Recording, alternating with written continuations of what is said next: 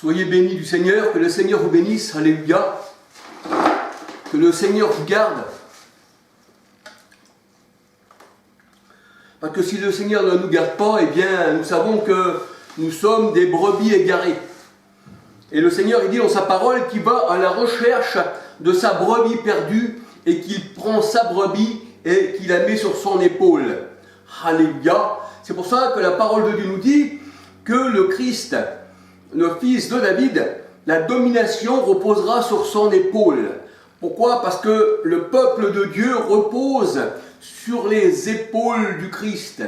Et comme Aaron, il avait des pierres, 6 de chaque côté, sur les épaules, donc il avait la charge des 12 tribus d'Israël. C'est ce qu'on appelait dans la parole de Dieu, donner l'épaule au sacrificateur. Et on devait aussi lui donner la poitrine. Eh bien, nous voyons que la poitrine représente aussi le pectoral du jugement que Aaron avait sur sa poitrine. Et ceci était donné au sacrificateur aussi.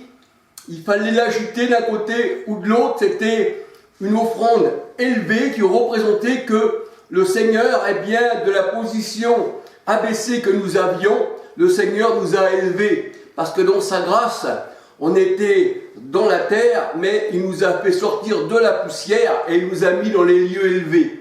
Alors nous voyons que le pectoral du jugement, eh bien, était sur la poitrine d'Aaron et que les pierres étaient sur les épaules d'Aaron qui représentaient les 12 tribus d'Israël. Et c'est pour ça que le Seigneur avait dit à Jacob, voici une pierre et tu vas oindre le sommet de la pierre. Et le Seigneur, il dit qu'on est des pierres vivantes. Nous avons reçu la bénédiction sur notre tête. Notre tête a reçu l'huile. C'est comme la parole de Dieu qui dit dans le psaume 133 que l'huile est descendue bien sur la barbe d'Aaron, sur la tête, sur ses vêtements. Parce que les vêtements représentent aussi la parole de Dieu. Le vêtement blanc représente la lumière. La parole de Dieu, elle dit qu'avant on avait les vêtements sales, maintenant nous avons des vêtements blancs. Alléluia. Donc nous voyons que tout ceci représente la parole du Seigneur. Et dans 1 Pierre 2, 5, 6, le Seigneur il dit que nous sommes des pierres vivantes. Et quand le Christ, sa domination, c'est-à-dire la domination, reposera sur son épaule. Quand il va chercher sa brebis qui est perdue, il la met sur son épaule.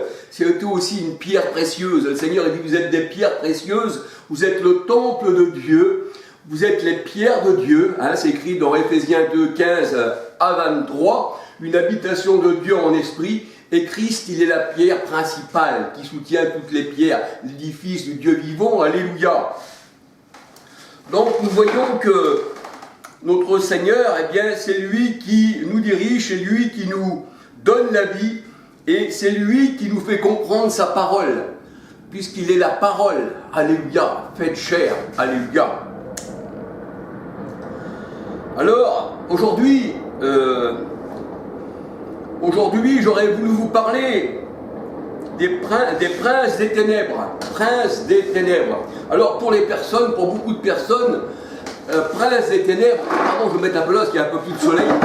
Prince des ténèbres, pour beaucoup de personnes, même pour la croyance populaire, prince des ténèbres, ça représente un esprit malfaisant qui viendrait entrer dans l'homme, qui viendrait lui faire des choses et qui l'homme, malgré lui, ne pourrait plus agir, mais qu'il serait pris, par le prince des ténèbres, par Satan, appelé le diable, le serpent ancien. Mais la parole de Dieu nous dit que le prince des ténèbres, les princes des ténèbres, c'est donc quelqu'un qui a une royauté dans les ténèbres, et le Seigneur, il nous démontre, que c'est toutes les religions qui sont dans les ténèbres, bien entendu, mais plus spécialement, les ténèbres représentent les pharisiens, les scribes, les gens au temps du Seigneur Jésus-Christ. Il est dit dans la parole de Dieu que Christ est venu chez les siens, il est venu en Israël, mais les ténèbres ne l'ont pas reçu. Alors les ténèbres ne l'ont pas reçu, ça représentait les scribes, ça représentait les pharisiens, ça représentait aussi les gens du monde, on peut dire aussi les religions ne l'ont pas reçu. Parce que les scribes et les pharisiens, ils avaient aussi leur religion pharisienne, qui ne donnait pas à voir, puisque Paul, lui, tant qu'il était chez les pharisiens, il luttait contre Christ, mais quand le Seigneur il l'a sorti, et quand sur le chemin il a vu cette grande lumière, quand il a vu Christ, qu'il l'a éclairé dans son esprit, dans son âme, dans sa pensée, eh bien là, Paul, les écailles ont tombé de ses yeux. Donc le Seigneur, quand il enlève quelqu'un, eh bien, dans un endroit où il y a des ténèbres, eh bien, on voit clair, parce que les écailles tombent de nos yeux, alléluia. Et Paul, il dit ensuite, quand j'étais pharisien, selon la loi, j'outrageais à outrance, eh bien, l'église du Seigneur. Et il dit, j'avais du zèle, mais sans connaissance. Et c'est vrai que les religions ont du zèle sans connaissance. Regardez les témoins de Jéhovah, j'en ai vu l'autre jour, dans la foi, tout ça, ils vendaient des livres, mais c'était des vanités, c'était pour rien, c'était même lutter contre Dieu. Ceux qui sont dans les religions, eh bien, c'est des ténèbres. Et pour la parole de Dieu, les ténèbres, c'est quelqu'un qui ne donne pas la lumière. Les ténèbres, c'est quelqu'un qui veut que vous soyez dans les ténèbres. Et ça, c'est les hommes. Il n'y a pas, dans la parole de Dieu, quelque chose qui rentrerait en vous, un soi-disant démon qui rentrerait en vous, et qui viendrait vous posséder. Et vous savez que s'il y a quelqu'un qui rentrerait en nous comme ça, qui nous posséderait, eh bien ça serait plus de notre faute, ça serait de la faute de celui qui nous possède. On dirait qu'on ne peut plus rien. On a été pris par un démon qui m'a possédé, j'étais plus maître de moi-même. Donc c'est comme si il y avait quelqu'un qui venait vous braquer avec une arme, vous n'êtes plus maître de vous-même. Et quand vous allez passer au tribunal, eh bien vous allez être acquitté. Mais là ce n'est pas le cas. Les ténèbres ne représentent pas du tout quelqu'un qui va rentrer en vous et qui va vous diriger à faire des choses mal. Non! Parce que la parole de Dieu nous dit, c'est Christ qui parle. Dans Marc 7, 14 à 23, il dit « Il n'y a rien du dehors qui ne puisse rentrer en vous et vous souiller, mais c'est de votre cœur que sortent les adultères, les mauvaises pensées. » Donc la mauvaise pensée, la Bible elle dit, eh bien, la mauvaise pensée, c'est les ténèbres, c'est Satan. C'est pour ça que Pierre, lui, il avait de mauvaises pensées dans son cœur. Il ne voulait pas que Jésus aille, eh bien, à Jérusalem pour être crucifié, alors que c'était dans le plan de Dieu. Et le Seigneur, il dit à Pierre, arrière de moi Satan, parce que tes pensées, Pierre, c'est vraiment des ténèbres. C'est pas la pensée de Dieu, mais c'est la pensée des hommes. Arrière de moi Satan. Alors Satan, c'est ça. Satan, c'est comme on ne comprend pas. Les ténèbres, c'est comme on ne comprend pas, eh bien, la parole de Dieu. Hein? Pour ça que le Seigneur disait dans Matthieu 16, 20 à 23, « Arrière de moi, Satan, parce que tes pensées ne sont pas la pensée de Dieu, mais c'est la pensée des hommes. Or, nous avons la pensée de Christ. » Dans la parole de Dieu qui nous dit dans 1 Corinthiens 2,16, nous avons la pensée, nous avons l'esprit du Christ. Alléluia. Alors, c'est vrai que le mot ténèbres, eh bien, ça veut dire un mauvais enseignement. Ça veut dire qu'il y a quelqu'un qui vous met des voiles sur la tête, qui vous couvre la tête, et qui vous donne un enseignement qui n'est pas digne du Seigneur. Ce n'est pas digne. Quelqu'un qui travaille à vous mettre un voile sur la tête, pour ça que la parole de Dieu, elle dit que l'évangile est voilé pour ceux qui périssent. Donc ils ont un voile, ils ne peuvent pas voir. C'est ce que nous allons voir dans la parole de Dieu, alléluia. Donc, alors la parole de Dieu, elle dit que quand Christ est né au temps accompli, quand le Seigneur Jésus-Christ est né au temps accompli, né sous la loi de Moïse, qu'il était né sous la loi de Moïse, le Seigneur, Galates 4.4, eh bien, quand Christ il est venu, la parole de Dieu, elle dit que Christ il est la lumière, et la lumière, elle a lui dans les ténèbres. Parce que Christ était la lumière, il est venu en tant qu'homme, mais il était aussi Dieu. Il était cette lumière. Alléluia. Et la lumière, lui, dans les ténèbres. C'est-à-dire que le Seigneur, il est venu parmi les siens, parmi les ténèbres. Sa lumière luisait parmi ces gens qui ne connaissaient rien. Et la parole de Dieu, elle dit, et les ténèbres ne l'ont pas reçu. Les ténèbres ne l'ont pas reçu. Et la parole de Dieu nous dit que les ténèbres ne l'ont pas reçu. Jean 1, verset 4 à 13, mais à tous ceux qui l'ont reçu, elle a donné pouvoir, cette lumière, de devenir enfant de Dieu. Parce que la lumière, c'est Christ, parce que la lumière, c'est l'enseignement. Donc, quand on a un enseignement digne de la parole de Dieu, parce que tes paroles nous éclairent, tu es une lumière sur mon sentier, Christ est l'enseignement, son nom est la parole de Dieu, et si tu connais la parole de Dieu, tu reçois son enseignement. C'est ça connaître le Christ. Et là, bien les ténèbres ne l'ont pas reçu, pourtant Christ est venu en Israël selon la chair, 1 Corinthiens 10, 18, et les ténèbres, les siens ne l'ont pas reçu. Là, il dit que les ténèbres, c'était les siens. Là, il ne parle pas le Seigneur de quelqu'un qui allait posséder quelqu'un. Il dit qu'il était venu chez les siens, chez les ténèbres, parce qu'ils ne connaissaient pas Christ. Il fallait qu'il se fasse connaître à eux. Cette lumière, il fallait qu'elle se fasse connaître. Le Seigneur dit premièrement les siens et ensuite les autres. C'est pour ça que la parole de Dieu, elle dit premièrement Israël et ensuite les Grecs. Alléluia. Et c'est pour ça que le Seigneur, quand il a envoyé ses disciples, il disait, allez premièrement vers la maison perdue d'Israël, vers les brebis perdues d'Israël, premièrement. Et ensuite, eh bien, les païens. Alléluia. Donc, les ténèbres, là, nous voyons que c'était les scribes, les pharisiens, avec leur faux enseignement, qui mettaient des voiles sur les têtes des gens. Et là, le Seigneur dit que ces ténèbres-là ne l'ont pas reçu. Jean 1, verset 4 à 13. Alors, en effet, Jean-Baptiste est venu pour que Christ soit manifesté à Israël. Jean 1, verset 31. Jean 1, 31, Luc 1, 80. Christ est venu pour faire connaître Christ à Israël. Et d'ailleurs, Jean-Baptiste était né sous la loi, et la loi était pour les Juifs, c'est ce que nous allons voir dans la parole de Dieu. Alors, premièrement, la parole de Dieu nous dit, le juif et ensuite le grec. Romains 1, verset 16.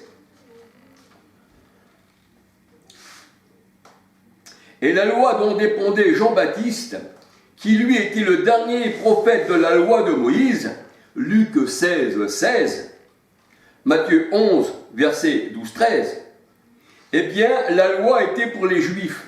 Romains 3, verset 19. Pour cela qu'on présentait dans la loi les enfants au Seigneur, le premier-né. Alléluia, ça c'était la loi. Et la loi c'était pour les Juifs, c'était pas pour les païens. Aujourd'hui on voit que les gens ils présentent leurs enfants, leurs filles. Mais ça c'était la loi. Et la loi, la parole de Dieu nous dit, c'était la malédiction. Mais c'était pour les Juifs. Romains 3, 19. La loi était pour les Juifs. Romains 3, 19. Donc, la parole de Dieu, elle dit, les ténèbres ne l'ont pas reçu. Pourtant, le Seigneur était la lumière qui devait éclairer Israël selon la chair. 1 Corinthiens 10, 18, Galates 4, 21 à 31.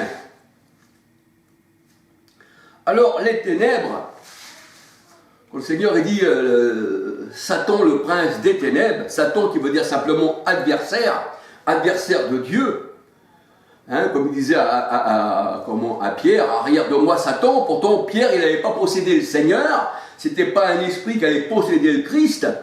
Arrière de moi Satan, parce que tes pensées ne sont pas les pensées de Dieu, mais des hommes. Donc arrière de moi Satan, arrière de moi diable, il veut dire, parce que diable veut dire aussi en grec, hein, diabolos veut dire aussi adversaire. Et la parole de Dieu nous dit que Satan, hein, veut dire aussi adversaire. Et là, eh bien, Pierre était devenu un adversaire pour le Seigneur Jésus-Christ. Alléluia, comme toutes les ténèbres qui sont adversaires, quand on ne comprend pas la parole de Dieu, qu'on n'est pas éclairé du Seigneur, on est ténèbres et on devient un adversaire pour Christ. Et nos pensées, alors en ce moment-là, dans les ténèbres, eh bien, ne peuvent pas comprendre la lumière.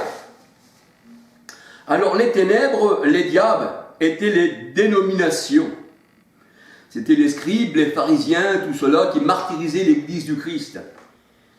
Ils avaient déjà, premièrement, comme dit la parole, dans Marc 7, 1 à 23, ils avaient annulé le commandement de Dieu pour leur tradition d'homme. Donc ils étaient carrément dans les ténèbres. Et ces pharisiens, ces scribes, tout ça, c'était eux les chefs qui gouvernaient Israël. C'était les autorités, les chefs de ce monde de ténèbres, nous dit la parole de Dieu. C'était des princes des ténèbres. C'était les rois de ce monde plongé dans la nuit, dans ce monde qui ne connaissait pas le Seigneur. C'était les rois des ténèbres. C'est ce que nous dit la parole de Dieu, des gens sans esprit saint. Ils n'avaient pas l'esprit du Seigneur. Parce que le Saint-Esprit t'éclaire et t'emmène dans toute la vérité. Et quand tu vas dans la vérité, tu n'es plus dans les ténèbres. Et la vérité, c'est Christ. Alors le Seigneur, il l'appelle les dénominations, les princes de ce monde, des princes des ténèbres. Car on n'a pas à lutter contre la chair et le sang, c'est vrai. Parce que la chair et le sang, vous prenez quelqu'un qui est mort, il y a la chair, il y a le sang. Mais s'il est vivant, vous allez lutter contre l'esprit. Et vous, les morts ne sont pas à craindre dans les cimetières. C'est plutôt les vivants. Mais le vivant, ce n'est pas non plus son corps qui a à craindre, mais c'est par l'esprit par lequel il a animé. Un esprit de colère, de méchanceté, d'adultère, de tout ça. C'est contre ça qu'il faut prendre la parole pour lutter contre ces esprits de ténèbres qui nous annoncent un autre évangile avec un autre Jésus. Et qui même on ne veut pas, parce que ça représente des religions. Éphésiens 6, 11, 12 à 17. Éphésiens 6, 11, 12 à 17. Donc pour lutter contre les faux enseignements, il faut prendre la vraie parole qui est l'épée de l'esprit. Alléluia. Il faut lutter avec l'épée de l'esprit, il faut prendre le casque du salut qui est Christ. Parce que ces gens-là, ils essayent de vous assommer, mais avec le casque du salut, ils ne peuvent pas. Nous sommes des soldats, c'est ce que dit Paul. Un soldat ne s'embarrasse pas de la vie civile. Et c'est pour ça qu'il a combattu les bêtes à Éphèse, Paul. 1 Corinthiens 15, 32 qui représente eh bien, les rois. Apocalypse 17, 9, 11 qui s'appelaient les bêtes.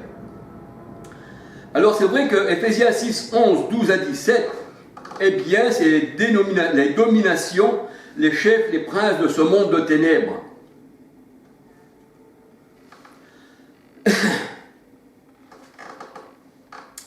Pour lutter contre ces gens-là, il fallait donc l'épée, la parole de Dieu, il fallait Christ. Jean 1, verset 5, 9, parce que Christ est la lumière. Et il y a aussi des pharisiens comme Saul de Tarse, qui était pharisien, quand il a vu cette lumière sur le chemin de Damas, quand ça lui a éclairé l'intérieur, il n'était plus dans les ténèbres.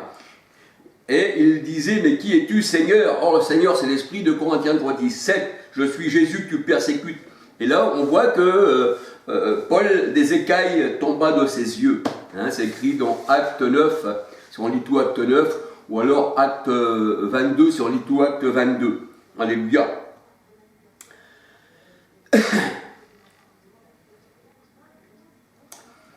Et il est vrai que le monde des ténèbres n'est pas ce que la croyance populaire nous fait croire.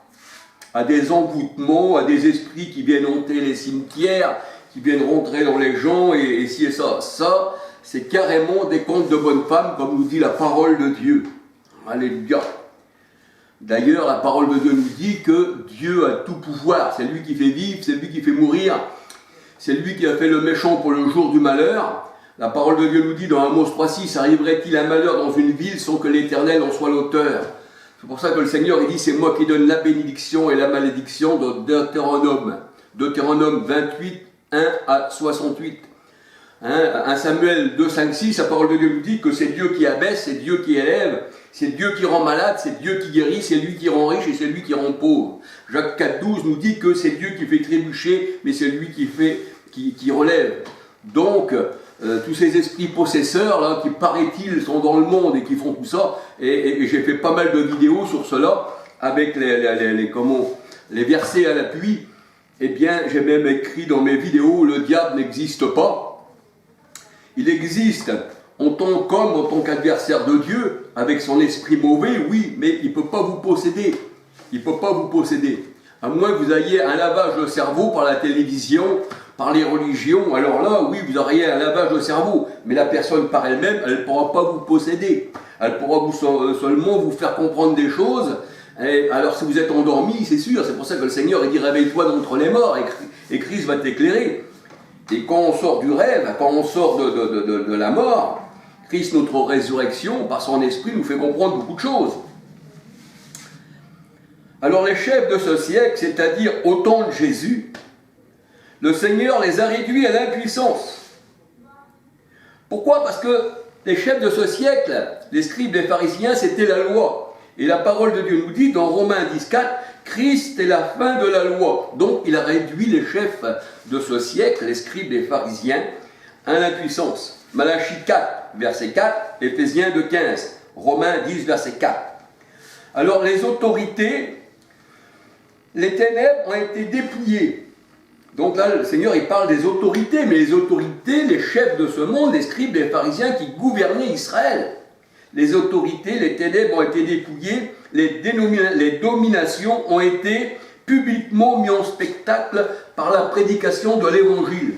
Quand l'Évangile arrive, quand la vérité arrive, le mensonge est dévoilé publiquement. Et c'est ce que nous dit la parole de Dieu. Colossiens 2, versets 14-15.